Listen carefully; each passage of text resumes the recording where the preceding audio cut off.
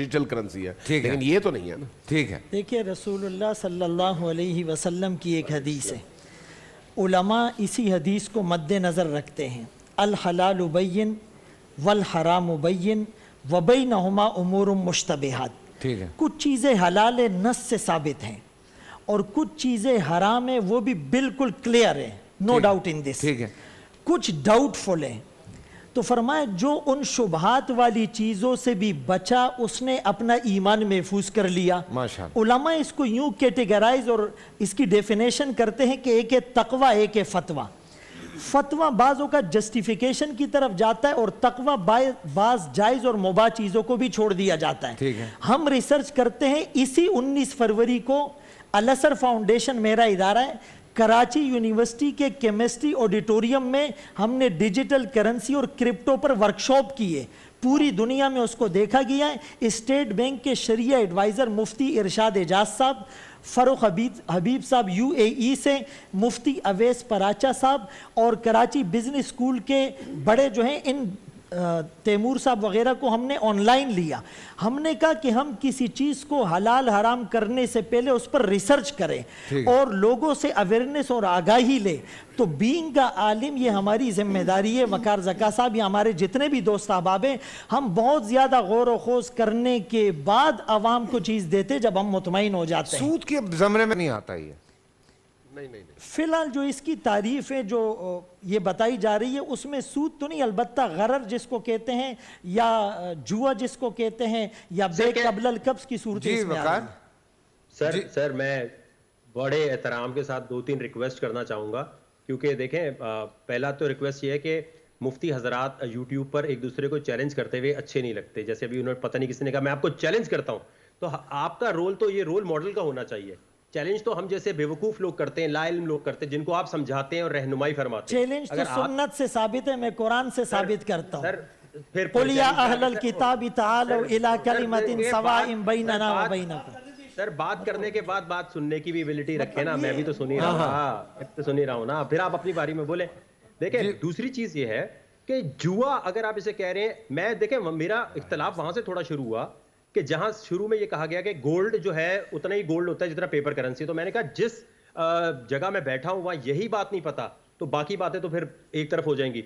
دوسری چیز یہ ہے کہ دیکھیے جو جوا ہے وہ تو پیپر کرنسی میں بھی ہے، گولڈ میں بھی ہے، بلڈنگ میں بھی ہے. جوا لوگ ڈالرز خرید کے رکھ لیتے ہیں، وہ کر لیتے ہیں. یہ جو گندم اسٹور کر کے پھر اس کو ڈبل بیچنا. دیکھیں ہم بات کر رہے ہیں ٹیکنالوجی کی. ایک انسان ہے جو انٹرنیٹ کا استعمال کرتا ہے حلال طریقے سے، وہ قرآن اور باقی چیزیں اس کے تھرو میسج آگے تک پہنچا رہا ہے. ایک جو ہے اس کے تھرو بدکاریاں پھیلا رہا ہے. تو جو بدکاریاں پھیلا رہا ہے، اگر وہ جوا کھیل رہا ہے کرپٹو کرنسی سے، اس میں کرپٹو کرنسی کا قصور نہیں ہوا، اس میں بلاک چین کا قصور نہیں ہوا. وہ جوا کھیلنے والا تو کرکٹ پہ بھی جوا لگائے گا. تو یہ کہنا کہ اس کی تعریف میں کہیں جوا لکھا ہے، وہ ذرا میری رہنمائی فرما دیں، کہاں دیکھا ہے آپ نے لکھا ہوا یہ؟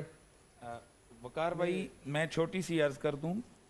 کچھ چیزیں یہ ہوتی ہیں کہ ہم اپنے جذبات کے ذریعے سے حلال اور حرام کو متعین نہیں کر سکتے ہیں. اصل معاملہ یہ ہے، جو فتویٰ ہوتا ہے یہ فتویٰ شریعت کے قوانین اور اصولوں کی روشنی میں مسئلے کا بیان ہوتا ہے.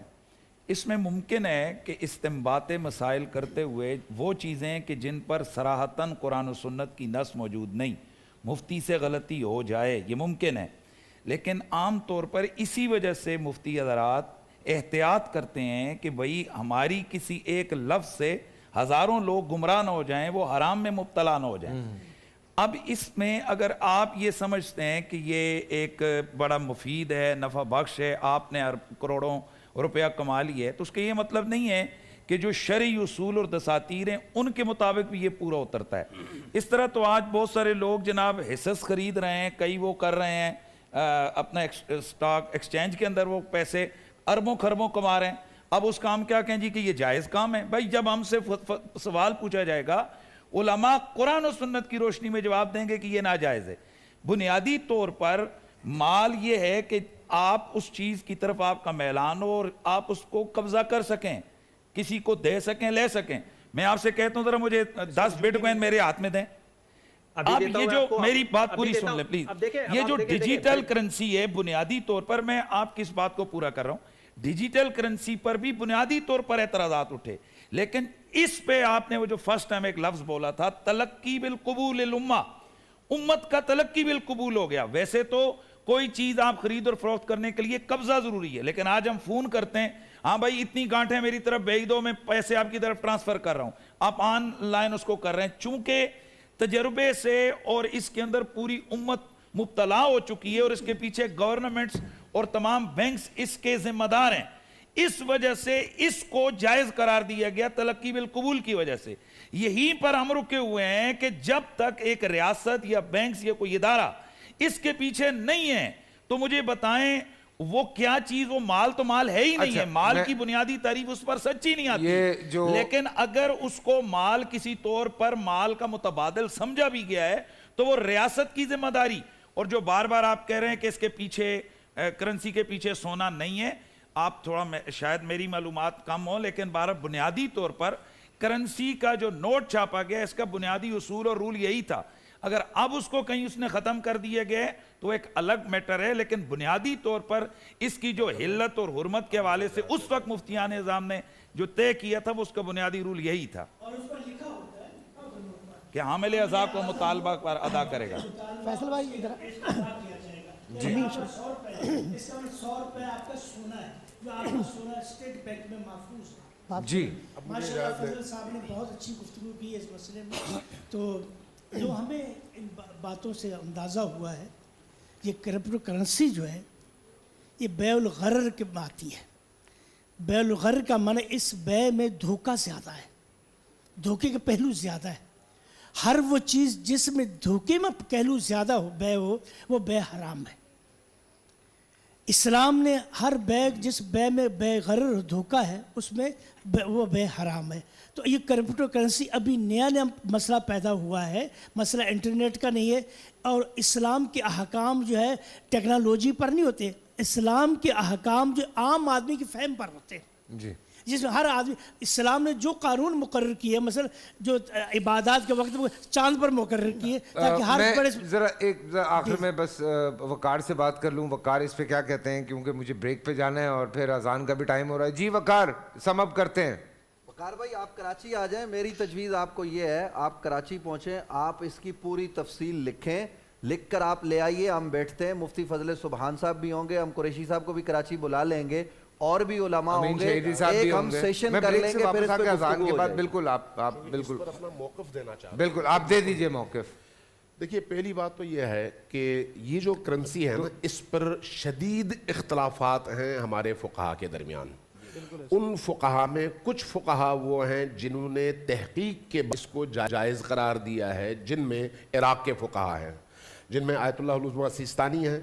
ان کا فتویٰ یہ ہے کہ یہ جائز ہے اور اس جواز کے پیچھے ظاہر ہے پورا ریسرچ. ہمارے علماء کرام اس بات پہ متفق ہوئے کہ ہاں بیٹھتے ہیں، اس چیز پہ ڈسکس کرتے ہیں اور اس چیز کا حل نکالتے ہیں. سو یہ دیکھیں یہ کتنی خوبصورت ایک ادا ہے ان سب کی کہ یہ سب اس بات کو کہہ رہے ہیں کہ ٹھیک ہے ہم ایکسیپٹ کرتے ہیں. ہم نے پہلے بھی علماء جی اپنے علماء اہل سنت کے ساتھ ان کی نشستیں کروائی ہیں. وہ یہ کہتے ہیں اس میں تحقیق کی ضرورت ہے، ریسرچ کی ضرورت ہے. اس کو بیٹھیں گے نشستوں میں بیٹھ کے پھر اس کے حل کی طرف جا سکتے ہیں. تو کئی علماء نے ان کے ساتھ بیٹھ کے نشستیں کی ہیں مگر وہی ابھی وہ فائنل نتیجے تک نہیں پہنچ سکے. ہاں تحقیق کی ضرورت ہے. لیکن شیری صاحب مجھے کہہ رہے تھے ایران ہے، ٹرکی ہے اور اس طرح کے مسلم ممالک ہیں جہاں پہ لوگ یہ سارا کچھ ترکی میں اس کے جیسے ہمارے یہاں منی چینجنگ ہوتی ہے، پھر ترکی میں باقاعدہ اس کا وہ منی چینجنگ کا بنا. تو اس کا حل یہ ہے کہ آپ وہاں سے جو ہے ان کی تحقیق منگوا لیں، ان کے فتاویٰ اور اس پہ بیٹھ کے بات کر لی جائے. جی مفتی صاحب. بسم اللہ الرحمن الرحیم. بٹ کوائن یا ڈیجیٹل کرنسی پر آج ہماری جتنی بھی بحث ہوئی اس سے بھی یہ نچوڑ نکلا، اور میں اپنی بات آگے کرنے سے پہلے یہ عرض کرنا چاہتا ہوں کہ یہاں جتنے مکاتب فکر کے حضرات بیٹھے ہیں اس کی بیک اپ پر اتنے مسالے کی تحقیق موجود ہے. ابھی تک اکابرین اس پر تحقیق کر رہے ہیں اور ہمارے محققین کا کہنا یہ ہے کہ اس پر ابھی تک اطمینان بخش کوئی تسلی صورتحال سامنے نہیں آئی. یہ بات میں صرف پاکستان کی نہیں کر رہا، نقود الالکترونیہ کے نام سے سعودی عرب کی باقاعدہ اس پر پوری ایک کتاب شائع ہو چکی ہے، اور انہوں نے بھی یہی لکھا ہے کہ اس میں چونکہ بہت سارے ممالک میں مالیاتی ادارے اس پر انویسٹمنٹ کر رہے ہیں اور وجود میں آ رہے ہیں، لیکن اس میں جو قباحتیں ہیں ان کو سامنے رکھنا بہت زیادہ ضروری ہے. ہمارے ہاں لوگ کہتے ہیں جناب اس میں حرام کیا ہے.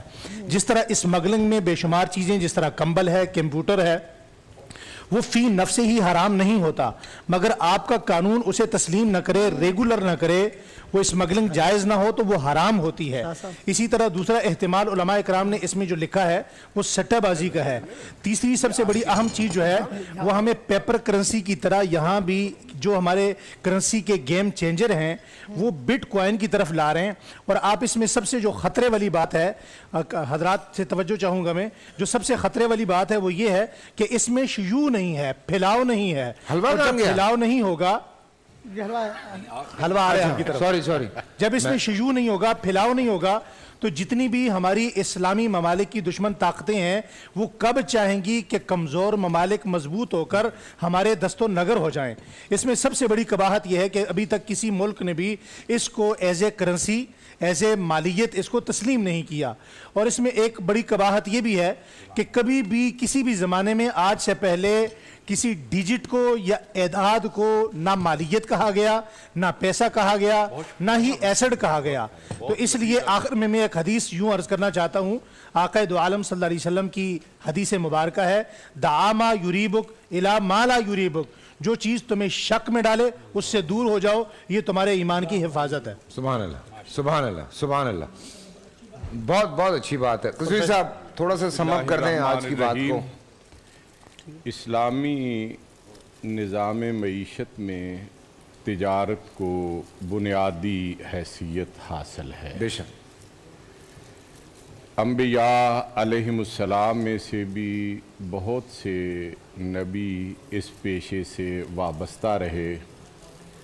ختم المرسلین حضرت محمد مصطفیٰ احمد مجتبیٰ صلی اللہ علیہ وآلہ وسلم نے بعثت سے قبل ہی ایک کامیاب تاجر کا روپ اختیار کیا اور لوگوں کو بتایا کہ تجارت کس طرح سے ہوتی ہے.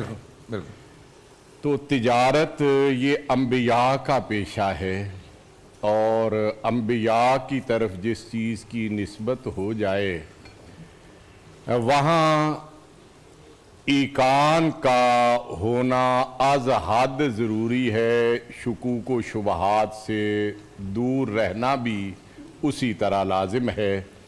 وہی بات جو مفتی ابو محمد صاحب ابھی کہہ رہے تھے کہ جس چیز میں شک ہو اس کے قریب نہ جاؤ، جس میں شک نہیں ہے اس کو اختیار کرو. ابھی یہ نیا مرحلہ ہے، اس پہ تحقیقات جاری ہے. جب تک مکمل تحقیقات نہیں ہو جاتی اور اسے کوئی مضبوط یعنی سرمایہ کرنے والے کو کوئی مضبوط تحفظ نہیں مل جاتا، اس وقت تک اس کے جواز کا فتویٰ نہیں دیا. سبحان اللہ. میری مفتی سبحان صاحب سے بھی بات ہوئی، وہ بھی یہی کہہ رہے ہیں کہ ہم نے پوری ریسرچ کی ہے اس پہ، ہم اس پہ ابھی اور کام کر رہے ہیں. مفتی ابو محمد صاحب کا بھی یہی کہنا ہے، مفتی حنیف صاحب کا بھی یہی کہنا ہے، ہمارے امین شہیدی صاحب کا بھی یہی کہنا ہے. نوید بھائی نے تو بلکہ نہیں آپ نے کچھ اور عرض کیا، لیکن مفتی نوید صاحب نے جو ایک مشورہ دیا وہ بھی اچھا مشورہ ہے. وہ پاکستان کے حالات کے اوپر کہ بھائی بیٹھ جاتے ہیں، بیٹھ کے بڑے بڑے مسئلے حل ہو جاتے ہیں. یہ تو ہم تمام لوگ بیٹھیں گے، یہ نہیں ہے کہ بریلوی بیٹھیں گے یا دیوبندی بیٹھیں گے، تمام لوگوں کو بٹھاتے ہیں. وقار زکا صاحب ہیں یا اس طرح کے جو دیگر حضرات ہیں وہ آ جائے، ہم اس کا انتظام کر لیتے ہیں. اور وہاں بیٹھ کر پہلے ہم ان کی دیکھیں، یہ ٹی وی پروگرام ہے آدھے گھنٹے کا، گھنٹے کا، اس میں وقار زکا صاحب کتنی بات کریں گے، ہم کتنا جواب دیں گے، بریک بھی ہے، اس میں حلوہ بھی موجود ہے، سب کچھ ہے. تو یہ بڑے مسائل ہیں. لیکن اس میں مفتی نوید عباسی صاحب، اس میں حلوے کے ساتھ ساتھ علماء کا ادب بھی ضروری ہونا چاہیے. آخری جو جملہ انہوں نے کہا یہ علماء اکرام کی شان ہے. وقار زکا کی وکالت نہیں کر رہا، لیکن وقار زکا میں سمجھنے کی صلاحیت ہے. ماشاءاللہ اس نوجوان نے، ہماری اس سے بات ہوئی، اس نے نبی علیہ السلام کی ختم نبوت پہ جو بات کی ہے، میں سمجھتا ہوں اس لیول کا کوئی آدمی نہیں کر سکتا جو اس نے کی ہے. تو ہمارا بھی کام یہ ہے کہ اگر وہ ہمیں برا بھی کہتا ہے کوئی بات نہیں، ہم اسے سمجھائیں گے. کوئی بات نہیں, وقار زکا ہمارے ساتھ بیٹھے, ہم بٹھا کر پوری بات اس تک نہیں پہنچائیں. میں بھی آپ کو ایک بات بتاؤں, 1997 سے میں بہت ساری چیزیں ہم تو جو ہم تک اویلیبل معلومات ہیں ہم نے تو اس کو سامنے رکھ کر کیا. ممکن ہے کہ کوئی وہ ایسی چیزیں لے کر آتے ہیں کہ جو جس کی طرف جواز کی صورتیں نکلتی ہیں تو بالکل ادھر چلے جائیں. میں وقار کی نصیحت ہوتی ہے وقار بھائی کو. ہم بھی سب سے پہلے تو یہ کہتے ہیں کہ اگر ہماری طرف سے ان کی دل آزاری ہوئی ہو تو ہم معذرت چاہتے ہیں, لیکن نصیحت یہ ہے کہ علماء ہمارے سروں کے تاج ہیں, اور ہمارے جتنے بھی اکابر ہیں وہ آپ کے بھی سروں کے تاج ہونے چاہیے. علماء بہت زیادہ احتیاط کے ساتھ فتوے دیتے ہیں, آپ کی میری آخرت اور عاقبت کو سنوارتے ہیں. تو آپ ہمارے انشاءاللہ چھوٹے بن کر ہمارے علماء کی صحبت اختیار کریں, انشاءاللہ آپ کے ساتھ مل کے ماشاءاللہ. اور میں وقار کے بارے میں ایک دو باتیں بتا دوں. آپ لوگوں کو یاد ہوگا وہ جس طرح سیریا پہنچا ہے, جس طرح اس نے وہ سارے کام کیے ہیں. 1997 سے جو کمپیوٹر کی بک چل رہی تھی اس میں اس کو ایڈوانس کروایا. سو وہ اپنی جگہ بہت کام کر رہا ہے, یوتھ پہ کام کر رہا ہے. اور اس دیکھیں ہمارے یہاں ایک سب سے بڑا مسئلہ ہوتا ہے, ایک انسان پیسے کما رہا ہوتا ہے نا, وہ کہتا ہے میں سارے پیسے کما لوں دوسرا کوئی نہ کمائے. بٹ اس آدمی کی یہ کوشش رہی, اس نے ایک آدمی کو کال کیے, ایک آدمی کو یہ سمجھاتا رہا ہے. اس نے یہاں تک ہمیں فون کر کے سمجھایا ہے کہ فیصل بھائی آپ لوگ فیس بک چلا رہے ہیں مونیٹائز کروا لیں, آپ لوگ یوٹیوب پر ہیں مونیٹائز کروا لیں, اس کے آپ کو پیسے ملنے شروع ہو جائیں گے, آپ فلانا کر رہے ہیں اس کو یوں کر لیں. میری کوئی دوستی نہیں ہے, میرا کوئی اٹھنا بیٹھنا نہیں ہے, لیکن آؤٹ آف ریسپیکٹ وہ چاہتا ہے کہ لوگ بھی جو ہے وہ تھوڑا سا اس میں کما لیں. تو اچھی سوچ ہے جی, اس لیے تھوڑا جذباتی ہے. کے پی کے اسمبلی میں انہوں نے بنگت صاحب سے باقاعدہ ان کی وہاں کے پی کے اسمبلی میں یہ اس پر بحث بھی ہوئی اس حوالے سے. تو میں تو یوں زیادہ متاثر ہوں کہ عقیدہ ختم نبوت پہ اس نوجوان نے جو کام کیا ہے, بہت کام میں کہتا ہوں انہوں نے اپنے پیجوں کی پرواہ نہیں کی, جس کا پیج لاکھوں میں ہوں, یوٹیوب فیس بک کے اپنے پیج کی پرواہ نہیں کی, حضور کی ناموس پر پہرا دیا. عقیدہ ختم نبوت پہ ہم اس کو سلام پیش کرتے ہیں. اور صحیح بات ہے علماء کی جب صحبت میں بیٹھے گا انشاءاللہ بہتری آئے گی. ایسے ہی ہوتا ہے. ہم بھی نارملی لوگوں کو اسی طرح دماغ خراب کیا ہوتا ہے. پر آج ہم افطار کی ٹرانسمیشن یہاں ختم کر رہے ہیں, پر سحری پیے بڑی ضروری ہے. کیا کہہ رہی ہیں؟ ہاں میں بولتا ہوں, سحر کی ٹرانسمیشن ضرور دیکھیے گا, کیونکہ آج خاص کر حضرت ختیجہ کے بارے میں ہم بات کریں گے, ان کی زندگی کے بارے میں. اور اوبیسلی وصال کی دن جو ہے وہ میرے خیال سے اب شروع ہو جائے گا, تو ہم بالکل حضرت ختیجہ زہرا کے بارے میں, ختیجۃ الکبریٰ کے بارے میں ہم بات کرنا چاہ رہے ہیں. ہمارے علماء کرام ہمارے ساتھ ہوں گے, بچے یہاں پہ پیارے پیارے ماشاءاللہ سے روزہ کھولتے ہیں, مجھے بہت اچھا لگتا ہے. اور زعیم ہوم کچن کی طرف سے ان لوگوں کے لیے افطاری ہوتی ہے, KFC کی طرف سے ہوتی ہے. اس کے ساتھ ساتھ بچے خالی ہاتھ واپس نہیں جاتے ہیں. زی انٹرنیشنل تھینک یو. اور بچوں کو ایسے ذرا سی چھوٹی سی خوشی مل جاتی ہے, سو ہمیں بہت اچھا لگتا ہے. بس جو بھی بات ہے اس کا سم اپ یہ ہے کہ یار کہ خوش آ کریں ذرا کاملی. ابھی دیکھیں فضل بھائی خود کتنے بڑے آدمی ہیں, لیکن وہ کہہ رہے ہیں کہ اگر مجھ سے کوئی غلطی ہوئی ہو یا ہم سے, تو یہ بڑا پن ہوتا ہے. جو معافی مانگنے میں پہل کرتا ہے وہ بڑا آدمی ہوتا ہے. یہ بہت اچھی بات ہے. چلیں سحر پہ ملاقات ہوتی ہے, چند گھنٹوں کی بات ہے جی. 10ویں سحری. اللہ حافظ.